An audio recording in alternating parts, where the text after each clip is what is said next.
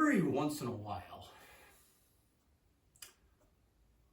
the Lord will inspire an idea, revolutionary idea, one that could change everything. In my case, 2005, it was the creation function, periodic structure of the elements. 2018, it was a Daniel image, periodic structure of the elements. And most recently, in 2022, it's Solomon's Molten Sea, three-dimensional periodic structure of the elements. And it's these three ideas together that form the basis of the chemistry of God. Could this be a periodic structure of the elements? Why would it be? It's a large ritual basin holding the water priests used to cleanse themselves before entering the holy place of Solomon's temple.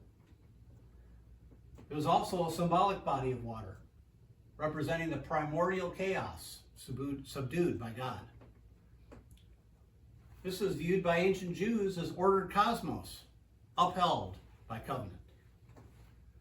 It represents God's order in both creation and covenant, bridging cosmos and theology.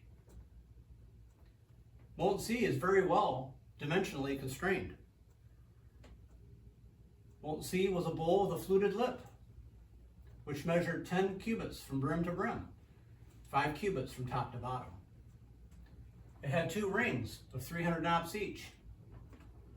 10 in a cubit makes a 30 cubit circumference around the bowl under the lip. The brim thickness itself was 1 handbreadth. Typically, 6 handbreadths is taken as 1 cubit. We assume the bowl was a hemisphere. We get this from Antiquities, Josephus. We also assume that the rings are also a handbreadth. What this gives us is a partial or a half circumference of 14 cubit measurement. Very important later on. Oxen, they form a symmetric base that corresponds to the s orbitals on the periodic table. We have 12 oxen arranged in threes, as shown in yellow here. But each ox has an opposite across from it. Each s orbital pairs 2 elements. This is similar to the 1s to 6s orbitals on the periodic table. They also pair. We have 12 oxen, we have 12 elements. This also echoes the 12 element foot from the Daniel image. Remember, we filled to magnesium, Z equals 12. That's an interesting demarcation point. The foot of the Molten Sea is similar to the foot of the Daniel image. Moving to the upper knot ring. This encodes the p orbital capacity of 30 elements, shown in blue. Each cubit on the ring represents 1 occupancy, 1 atom. The blue upper ring can hold 30 elements. Also, this blue 2p to 6p block is a 30 element block on the periodic table. Elements on the ring next to each other have similar properties, the same as similar properties we see formed in the groups of the periodic table. Also, this 30 element ring echoes the 30 element terrestrial scaffold idea from the creation function. Moving to the lower knot ring. This encodes the d orbitals of 30 elements. This green lower ring can hold 30 elements. This green 3 to 5D transitional metal set, this is a 30 element block. Once again, elements next to each other have similar properties, just like the 3 element groups of the transitional metals have similar properties. Moving on, the bowl's geometry yields a 14 cubit interior span for the f orbitals, 14 elements. This is the bowl portion here that we're looking at. Remember the bowl, partial hemispherical, 14 cubits? This is the lower bowl that's under the knot rings. This partial circumference on the knot rings is 14 cubits. Therefore, this purple lower bowl can hold 14 elements. And the purple lanthanide section here, the rare earths, also is a 14 element block. This rare element bridge is well formed on the 3D model because it's the bowl. Whereas on the tabular portion of the periodic table, we have to bring this down here. It doesn't fit. Unless we use the long form, then these guys are way out here.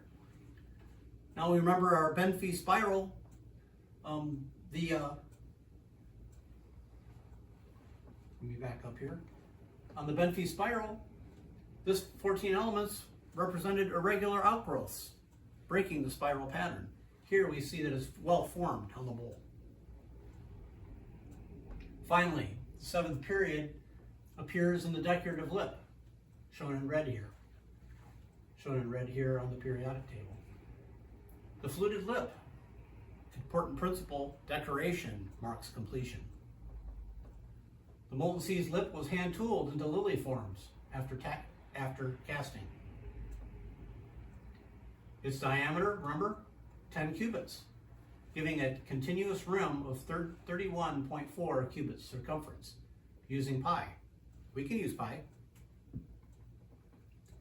Unlike the oxen and bowl, the lip is purely decorative, not structural, because it was the casting that fixed the knot placement on the rings.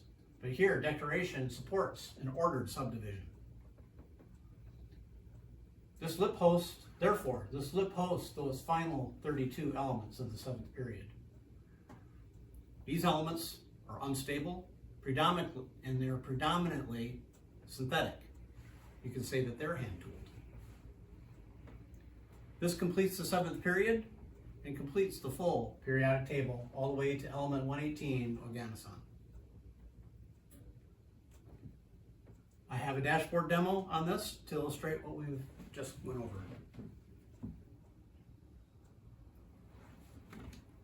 All right, so where are we looking here? Here's our top view of the Molten Sea. Here's a side view of the Molten Sea. You can watch it as it's being built up. We can watch the periodic table populate as we populate the Molten Sea diagram. We have some, we can tell what element we're on here, what Z number we're on, and we can watch the completion of each of the sections. I'll go through the first time with narration, then I have, again, some teaching buttons here where we can review what we talked about. We begin filling in cattle, oxen. Then we start placing elements on the p orbital, on the upper ring. 2 more oxen, 1 more round of p orbital, 2 more oxen, and we begin filling in the d orbital. Now this is now we're at the terrestrial scaffold point. This right here, look at the potential interplay between these elements. This has the potential of predictive behavior, and for each of these is a potential for further study. Now we can watch and see how the groups are filled in of both the D and the P orbital rings, the upper and lower rings. Elements of similar properties are next to each other. Continue filling in the P. I want to back up here. Now here we are at lanthanum. Lanthanum is the namesake element of the lanthanides. We're just about ready to jump off onto the lanthanide bridge. We go 7 across, and we pair up on the way back, and hop right back up into the transitional metals with hafnium. We fill in the rest of the D ring, and we fill in the rest of the P ring. Now, we're in the 7th period. We place francium among the other oxen, and radium among the other oxen. Now the actinides, those are placed, even though there's not really a family relationship between lanthanides and actinides, we still place them at the corresponding angles to their neighbor. These are well placed with their families in the transitional metals. And these are also super heavies are placed with their families. So now we have a full periodic table. Now in review, here's the oxen, 12 oxen. P ring, 30 elements, 30 elements. D ring, 30 elements, 30 element block. F orbital, the lanthanide bridge that makes up the bowl. 7th period of the periodic table. Now we can step through and we can see how the groups are formed. All these oxen on this half are a group. All the oxen on this side are a group. Look at how these families, all these elements are in the same group, and they are close to each other on the bowl. Same with the p orbitals.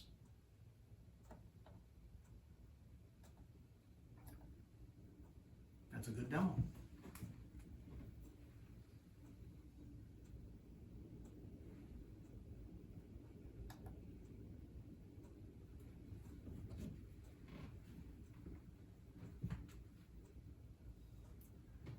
Now I showed you that side view.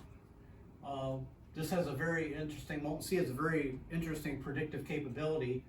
It also shows the off-bow principle, which is the build-up principle. Here's a chart you may have seen in chemistry class. This is the chart of how the various orbitals are built up and what order they're built up. Here are the color-coded S, P, D, F, and the arrow indicates the order of filling.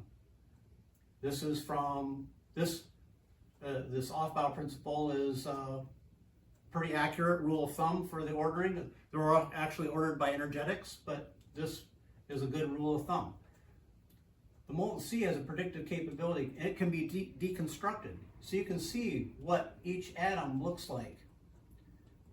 And each of these could be a potential topic for study, because you can see the interplay between each of these. Molten Sea is a structural synthesis.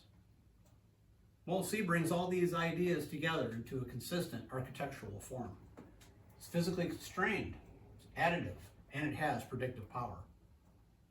It closes naturally at the full periodic table, Z number 118, Oganesson. These models don't depend on one another to exist. But these three independent biblical models converge on the same periodic table numerical order, but under very different assumptions.